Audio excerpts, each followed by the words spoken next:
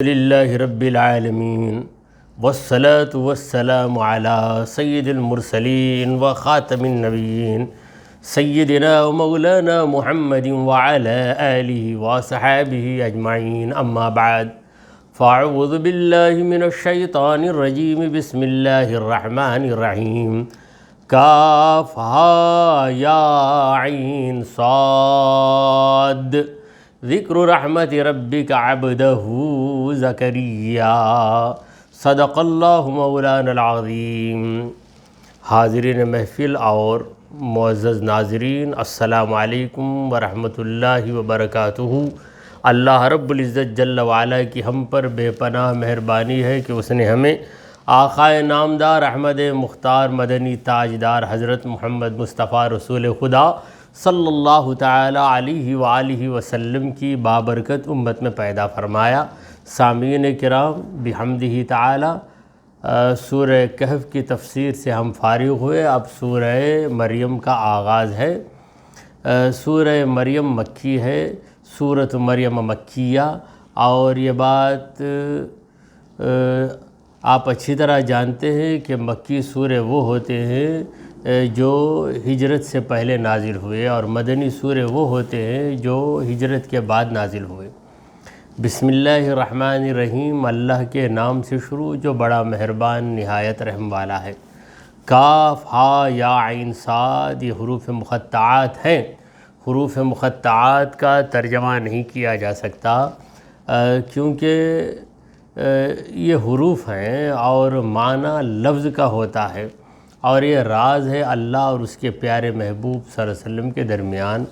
جس طرح سورہ بقرہ میں ہے الف لام میم، اور دیگر سوروں کے اندر حامیم بھی آیا ہے اور الف لام را بھی آیا ہے، تو یہاں پر 5 حروف ہیں، کاف ہا یا عین صاد۔ ذکر رحمت ربک، تیرے رب کی رحمت کا ذکر۔ ذکر کا معنی ہے تذکرہ کرنا، یاد کرنا۔ عبدہ، اس کے بندے کو، زکریا، جن کا نام زکریا ہے۔ تو عبدہ مفعول ہے ذکر کا، ذکر رحمت ربی کا عبدہ، تیرے رب کی رحمت کا ذکر، تیرے رب کی رحمت کا ذکر کر۔ وہ رحمت جو اس کے بندے زکریہ پہ ہوئی۔ زکریہ علیہ السلام اللہ تبارک و تعالیٰ کے جلیل القدر پیغمبر ہیں۔ اذ نادا ربہ، جب انہوں نے اپنے رب سے دعا مانگی۔ نادا کا لغوی معنی ہے انہوں نے پکارا اپنے رب کو۔ رب کو پکارنے کا مطلب ہے رب سے دعا مانگنا۔ نداءً خفیہ، خفیہ طور پر یا دبی آواز میں انہوں نے اپنے رب سے دعا مانگی۔ تو یہ دبی ہوئی آواز میں، پوشیدہ آواز میں جو دعا مانگی، اس کی وجہ کیا ہے؟ پہلی وجہ تو یہ بتائی گئی کہ اللہ تبارک و تعالی سمیع قریب ہے، بندوں کی وہ آواز جو دل میں ہے، دل کی دھڑکن کو اور دل میں مچلنے والی مراد کو بھی پروردگار جانتا ہے، لہٰذا اللہ تعالیٰ کو چیخ کر چلا کر سنانے کی ضرورت نہیں ہے۔ اس وجہ سے انہوں نے خفیہ آواز میں، پوشیدہ اور دبی ہوئی آواز میں دعا مانگی۔ اور دوسری وجہ یہ ہے کہ حضرت زکریا علیہ السلام بالکل ضعیف، کمزور ہو چکے تھے، کیونکہ وہ عمر رسیدہ، اپنی عمر کے 75 سال کو پہنچ چکے تھے، تو بڑھاپا طاری ہو گیا تھا، اس وجہ سے اونچی آواز نہیں نکل رہی تھی، تو یہ بھی اس کی وجہ ہو سکتی ہے۔ اور دوسری چیز، انہوں نے اجتماعی دعا نہیں مانگی، وہ انفرادی دعا تھی، اور اس میں ان کی اپنی ایک ذاتی تمنا تھی، لہٰذا ان کے اور رب کے درمیان کا معاملہ تھا، اس لیے انہیں چیخ کر یا لوگوں کو سنا کر دعا مانگنے کی کوئی ضرورت نہیں تھی۔ بہرحال حضرت زکریا علیہ السلام کا تذکرہ ہو رہا ہے، تو زکریا علیہ السلام کا تذکرہ پروردگار عالم نے اس سورہ میں کیا ہے، اور دیگر مقامات میں اللہ تبارک و تعالی نے دیگر نبیوں کا بھی تذکرہ کیا ہے۔ نبیوں کے ان واقعات کے اندر ہمارے لیے عبرتیں ہیں اور نصیحتیں ہیں کہ اللہ کے نبیوں نے کس طرح دعا مانگی، اللہ کے نبیوں کی زندگی کس طرح گزری ہے، انہوں نے مصیبتوں پر کس طرح صبر کیا ہے، اور انہوں نے مخالفوں کے مظالم کو کیسی ہمت کے ساتھ برداشت کیا ہے، اور جب ان پر کوئی نعمت اتری ہے تو انہوں نے کس انداز میں اللہ کا شکر بجا لایا ہے۔ یہ ساری باتیں ان واقعات کے ذریعے ہمیں معلوم ہوتی ہیں۔ قال ربی، کہا حضرت زکریا علیہ السلام نے، ربی اے میرے رب۔ کہا کا مطلب ہے انہوں نے دعا مانگی۔ انی وہن العظم منی، اے پروردگار یقیناً میری ہڈی نازک ہو گئی ہے۔ مطلب یہ ہے کہ میں بڑھاپے کی ایسی عمر کو پہنچ چکا ہوں جس میں ہڈیاں کمزور ہو جاتی ہیں، تو میری ہڈیاں کمزور ہو گئی ہیں، میں بالکل بوڑھا ہو چکا ہوں۔ واشتعل الرأس شیبا، اور سر بھی میرا پک گیا ہے سفیدی سے، یعنی بڑھاپے کی وجہ سے سارے بال میرے پک گئے ہیں اور چمک رہے ہیں۔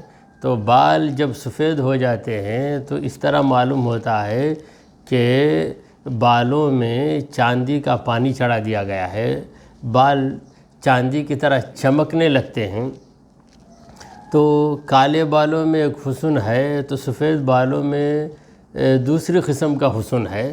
تو حضرت زکریا علیہ السلام ایک باطنی علامت کا ذکر کر رہے ہیں اور دوسری علامت ظاہری کر رہے ہیں۔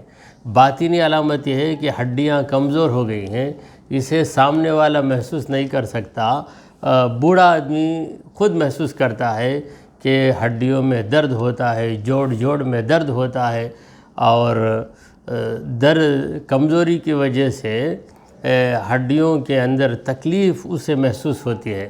تو یہ ایسی چیز ہے جسے جو مبتلا ہے، افیکٹڈ پرسن ہے، وہ خود ہی محسوس کر سکتا ہے۔ اور دوسری چیز بالوں کا پک جانا، اسے ہر دیکھنے والا محسوس کرتا ہے کہ دیکھو بال پک گئے ہیں، یہ عمر والے آدمی ہیں، یہ بوڑھے آدمی ہیں۔ تو دو چیزوں کا ذکر کیا۔ وَلَمْ أَكُنْ بِدُعَائِكَ رَبِّ شَقِيًّا، اے میرے پروردگار جب بھی میں نے تجھ سے دعا مانگی ہے، کبھی تجھ سے دعا مانگ کر میں نامراد نہیں لوٹا، شقی نہیں ہوا، یعنی خالی ہاتھ تیرے در سے کبھی میں نہیں گیا۔ تو یہاں پر غور کی بات یہ ہے کہ ہڈیوں کا کمزور ہو جانا اور بالوں کا پک جانا، ان دو باتوں کا ذکر حضرت زکریا علیہ السلام اپنی دعا میں کر رہے ہیں، جبکہ اللہ تبارک و تعالی بہتر جانتا ہے کہ زکریا علیہ السلام کی ہڈیوں کی حالت کیا ہے، اور ان کا سر جو پک گیا، یعنی سارے بال جو سفید ہو گئے، اسے سبھی لوگ جانتے ہیں۔ جب لوگ جانتے ہیں تو اللہ تعالیٰ کیوں نہیں جانتا؟ تو اس طرح انہوں نے کیوں دعا مانگی؟ در حقیقت دعا مانگنے کا ایک طریقہ ہے کہ دعا میں بندہ شارٹ کٹ یا بالکل جلد بازی نہ کرے، پہلے اپنی کمزوری کا اقرار کرے۔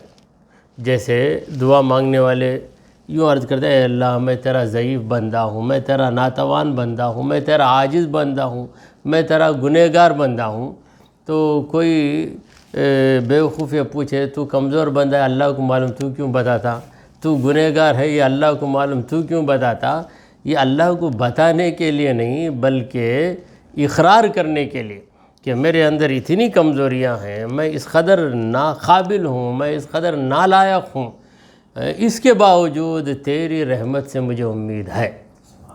تو یہ اقرار کے لیے عرض کیا جاتا ہے، یہ دعا کا ادب ہے۔ یوں ہی کہہ دینا کہ اللہ مجھے اولاد دے دے، تو یہ بھی دعا ہے، مگر اس دعا کے اندر وہ عاجزی کہاں ہے، وہ انکساری کہاں ہے، وہ تڑپ کہاں ہے؟ تو حضرت زکریا علیہ السلام کی یہ دعا تمام لوگوں کے لیے نمونہ ہے کہ اس طرح دعا مانگی جائے۔ تو وہن العظم، العظم کا معنی ہڈی، وہن العظم منی، میری ہڈی کمزور ہو گئی ہے۔ واشتعل کا معنی ہے بھڑکنا، پک جانا، سر میرا پک گیا ہے، بھڑک گیا ہے۔ تو یہ لفظی ترجمہ ہے، ورنہ اس کا سیدھا سادہ ترجمہ یہ ہے کہ میرے سر کے سارے بال سفید ہو گئے۔ پھر اس کے بعد یہ اعتراف کرتے ہیں کہ اے پروردگار تیرا ایسا کرم مجھ پہ ہوا، ایسا کرم ہوا کہ جب بھی میں دعا مانگا ہوں میرے مولا تو نے مجھے ضرور نوازا ہے۔ تو ہم دعا مانگتے ہیں اور ہماری دعا قبول ہو جاتی ہے، ہماری مراد پوری ہو جاتی ہے، پھر ہم اسے بھول جاتے ہیں۔ زندگی میں کتنی بار ایسا ہوتا ہے کہ ہم کسی مصیبت میں پھنس جاتے ہیں، پھر وہ آسانی سے ہم اس مصیبت سے نکل بھی جاتے ہیں، نکل کر چند لمحے ہم خوش ہو جاتے ہیں، پھر اس کے بعد اس واقعے کو ہی بھول جاتے ہیں۔ اگر وہ واقعہ یاد بھی آتا ہے تو ہم سمجھتے ہیں کہ ہم بڑے چالاک انسان تھے اور ہم نے بڑی پھرتی سے کام لیا، بس میں ایسا کر دیا، میں ویسا کر دیا، یہی ہماری زبان پر ہوتا ہے۔ میرے رب نے مجھے بچا لیا ورنہ میں اٹک جاتا، پھنس جاتا۔ یہ الفاظ مومن کی زبان سے ضرور نکلتے ہیں، مگر لوگوں کا ایمان اتنا کمزور ہو چکا ہے کہ وہ رب پر ایمان رکھنے کے باوجود رب کے کرم کو بھول کر اپنی صلاحیت، اپنی بہادری، اپنی دلیری یا اپنی چالاکی ہی جتاتے رہتے ہیں۔ وما یؤمن اکثرهم باللہ الا وهم مشرکون، جیسے کہ اللہ نے کہا کہ اکثر لوگ جو اللہ پر ایمان رکھتے ہیں، یعنی دعویٰ کرتے ہیں کہ ہمارا اللہ پر ایمان ہے، مگر وہ شرک بھی کرتے ہیں۔ شرک یہ نہیں کہ وہ کسی بت کی پوجا کرتے ہیں، بت کی تو پوجا نہیں کرتے، مگر ایک بہت بڑا بت ان کے سر پہ سوار ہو جاتا ہے، ان کے دماغ میں گھس جاتا ہے، وہ خودی کا بت ہے۔ خودی کا بت انانیت کا بت ہے، کہ میں پن کا بت ہے، کہ میں یہ کر دیا، مجھ سے یہ ہو گیا، میرے سوا دوسرا یہ کام نہیں کر سکتا۔ اس بت کی پوجا کر رہے ہیں، یعنی خودی کو مٹانا چاہیے، بلکہ رب پر ایمان درست ہوتا ہے تو انسان کے ذہن سے خودی کا تصور ہی نکل جاتا ہے، ہمیشہ خدا ہی کا تصور رہتا ہے۔ حضرت زکریا علیہ السلام اپنی سابقہ دعاؤں کو یاد کر رہے ہیں کہ اے میرے رب، اس سے پہلے میں جب بھی تجھ سے دعا مانگا ہوں کبھی نامراد نہیں لوٹا، تو ایسا کریم ہے، ایسا نوازنے والا ہے کہ میں تیرا بندہ جب بھی تجھ سے مانگا تو نے مجھے دے دیا ہے۔ تو یہ اللہ تعالیٰ کی نعمت کا اقرار، اور اس سے پہلے اپنی کمزوری کا اقرار۔ تو ان تمام اقراروں کے بعد اب اصل دعا عرض کی جا رہی ہے۔ وَإِنِّي خِفْتُ الْمَوَالِيَ مِنْ وَرَائِي، اے پروردگار میرے بعد میرے جو موالی ہیں، میرے لگے بندے، میرے رشتہ داروں کا مجھے ڈر ہے۔ میرے رشتہ دار جس پیغام کو میں لے آیا ہوں اس پر قائم نہیں رہیں گے، اور جس دین کی میں تبلیغ و اشاعت کر رہا ہوں وہ لوگ اس تبلیغ و اشاعت سے غافل ہو جائیں گے، یعنی مجھے میرے رشتہ داروں پر کوئی بھروسہ نہیں ہے۔ حضرت زکریا علیہ السلام کے رشتہ دار ویسے بھی شریر لوگ تھے۔ اکثر یہ دیکھا جاتا ہے کہ ایک نیک انسان مگر اس کا بھائی، اس کا چچا، اس کا ماموں، یہ سب بڑے شریر لوگ ہوتے ہیں۔ کہیں کہیں ایسا ہو جاتا ہے کہ کئی پتھروں کے بیچ میں ایک پھول نکل آتا ہے، تو کئی کانٹوں کے درمیان ایک پھول نکل آتا ہے۔ تو اس طرح خراب ماحول میں کوئی شریف النفس انسان پیدا ہو جاتا ہے، ایسا بھی ہوتا ہے۔ تو یہ حضرت زکریا علیہ السلام کے جو رشتہ دار تھے وہ ویسے ہی آدمی، ویسے اس قسم کے لوگ تھے، یعنی ان کے مزاج میں دین نہیں تھا، وہ دینی مزاج کے لوگ نہیں تھے، اس لیے حضرت زکریا علیہ السلام عرض کر رہے ہیں کہ میرے رشتہ داروں کے بارے میں مجھے ڈر ہے کہ وہ میرے لائے ہوئے دین پر قائم نہیں رہیں گے، توحید اور عقیدہ الوہیت پر وہ قائم نہیں رہیں گے، اور جن نیکیوں کی میں تلقین کر رہا ہوں، عبادت کے جو طریقے میں سکھایا ہوں، اس پر وہ قائم نہیں رہیں گے۔ یعنی میرا اگر کوئی بیٹا ہوگا تو مجھے امید ہے کہ وہ میرے راستے پہ قائم رہے گا۔ اب باہر والوں پہ میں دباؤ نہیں ڈال سکتا، جس طرح میں میرے بیٹے کی تربیت کر سکتا ہوں، دوسرے شخص کے بیٹے کی تربیت نہیں کر سکتا۔ اگر کروں گا تو یہ اعتراض کرے گا کہ تو کون ہوتا ہے میرے بیٹے کو سدھارنے والا؟ تو مجھے بیٹا نہیں ہے۔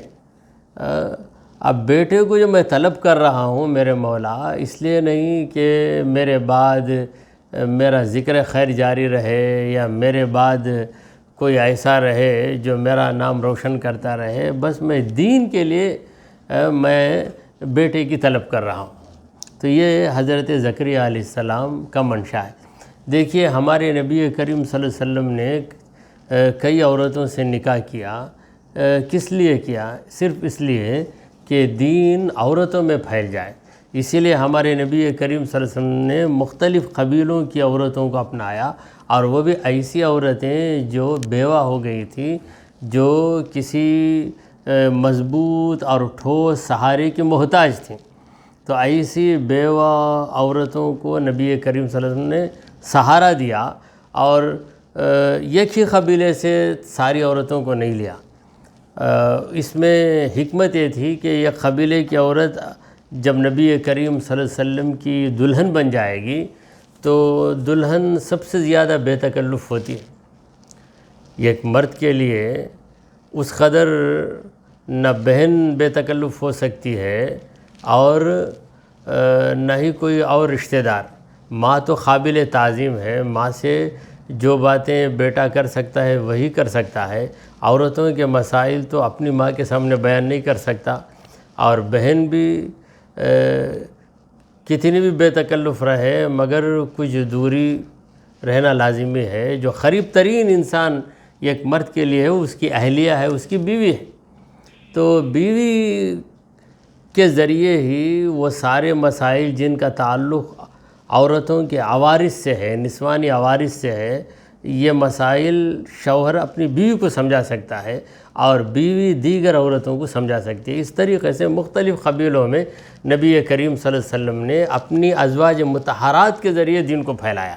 تو حضرت زکریا علیہ السلام بھی یہی عرض کر رہے ہیں کہ اے پروردگار، میں تو ایسی عمر کو پہنچ چکا ہوں جس میں کوئی آدمی اولاد کی یا بیٹے کی تمنا کر نہیں سکتا۔ اگر کرے گا تو دنیا والے کہیں گے کہ کیسا احمق ہے، اس عمر میں نہ منہ میں دانت ہے نہ پیٹ میں آنت ہے، بیٹے کی تمنا کر رہا ہے۔ تو یہ دنیا والے کہیں گے، مگر اے پروردگار تیری رحمت تو انہونی کو ہونی بنا دینے والی ہے، مشکل کو آسان کر دینا یہ تیری رحمت کا ادنا کرشمہ ہے۔ اے پروردگار، میں کئی خطرناک موقعوں پر تجھ سے دعا مانگا ہوں، تیرے کرم سے بلائیں ٹل گئی ہیں۔ اب میرا حال یہ ہے کہ میرے جو رشتہ دار ہیں یا دوست و احباب ہیں، ان کے بارے میں مجھے خطرہ ہے۔ وَكَانَتِ امْرَأَتِي عَاقِرَةً، اور میری بیوی بانجھ ہے، پہلے ہی سے بانجھ ہے، جوان تھی تبھی بانجھ تھی، اب تو بانجھ پن کے ساتھ بوڑھا پن بھی شامل ہو گیا ہے۔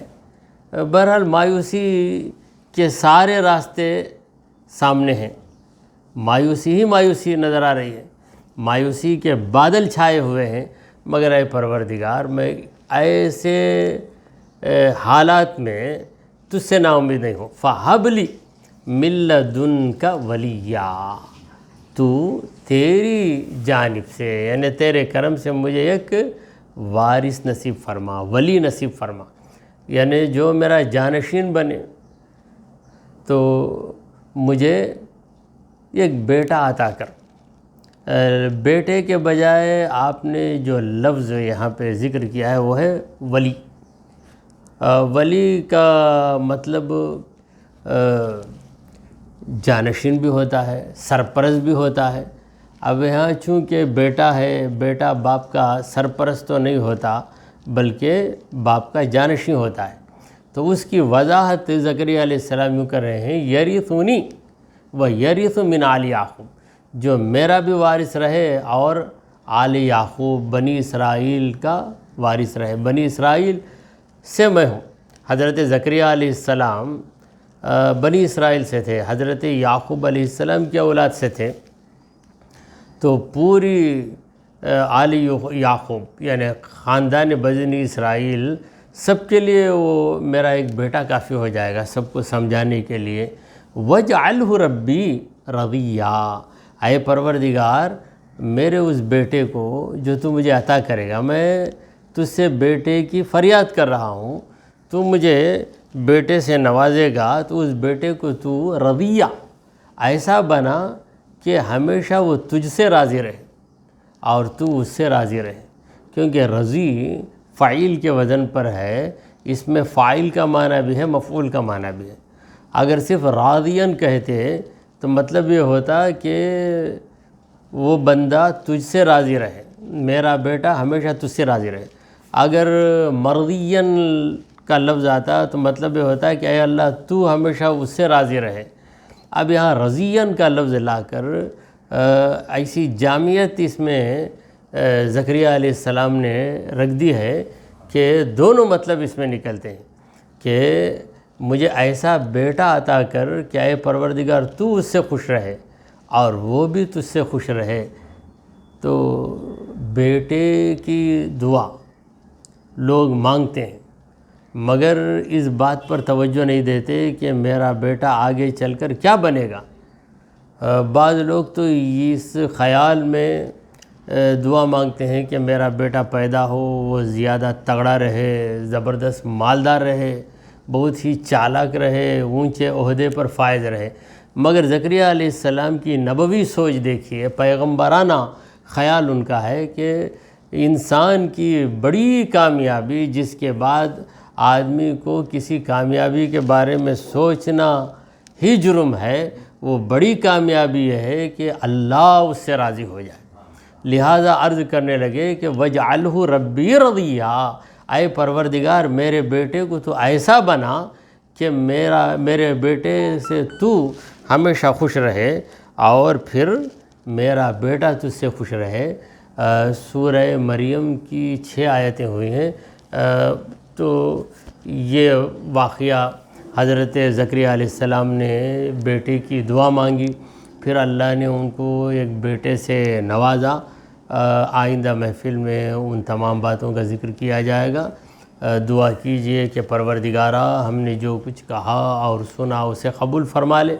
اے اللہ ہمارے گناہوں کو معاف فرما، ہماری خطاؤں کو درگزر کر دے۔ اے رب کریم ہم پر تیری رحمت نازل فرما۔ اے اللہ ہمیں صراط مستقیم پر قائم رکھ اور ہمارا خاتمہ بحالت ایمان فرما۔ وصلی اللہ تعالی علی خیر خلقہ سیدنا و شفیعنا و مولانا محمد وعلی آلہ واصحابہ اجمعین۔ الفاتحہ۔ بسم اللہ الرحمن الرحیم۔ اہدنا الصراط المستقیم صراط الذین انعمت علیہم غیر المغضوب علیہم ولا الضالین۔ قل هو اللہ احد۔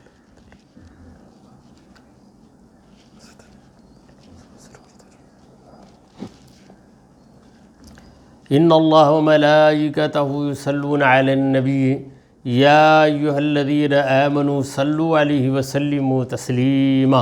اللہم صلی علی سیدنا ومولانا محمد وعلی آلہ واصحابہ اجمعین۔ سبحان ربک رب العزۃ عما یصفون وسلام علی المرسلین والحمد للہ رب العالمین۔ لا الہ الا اللہ۔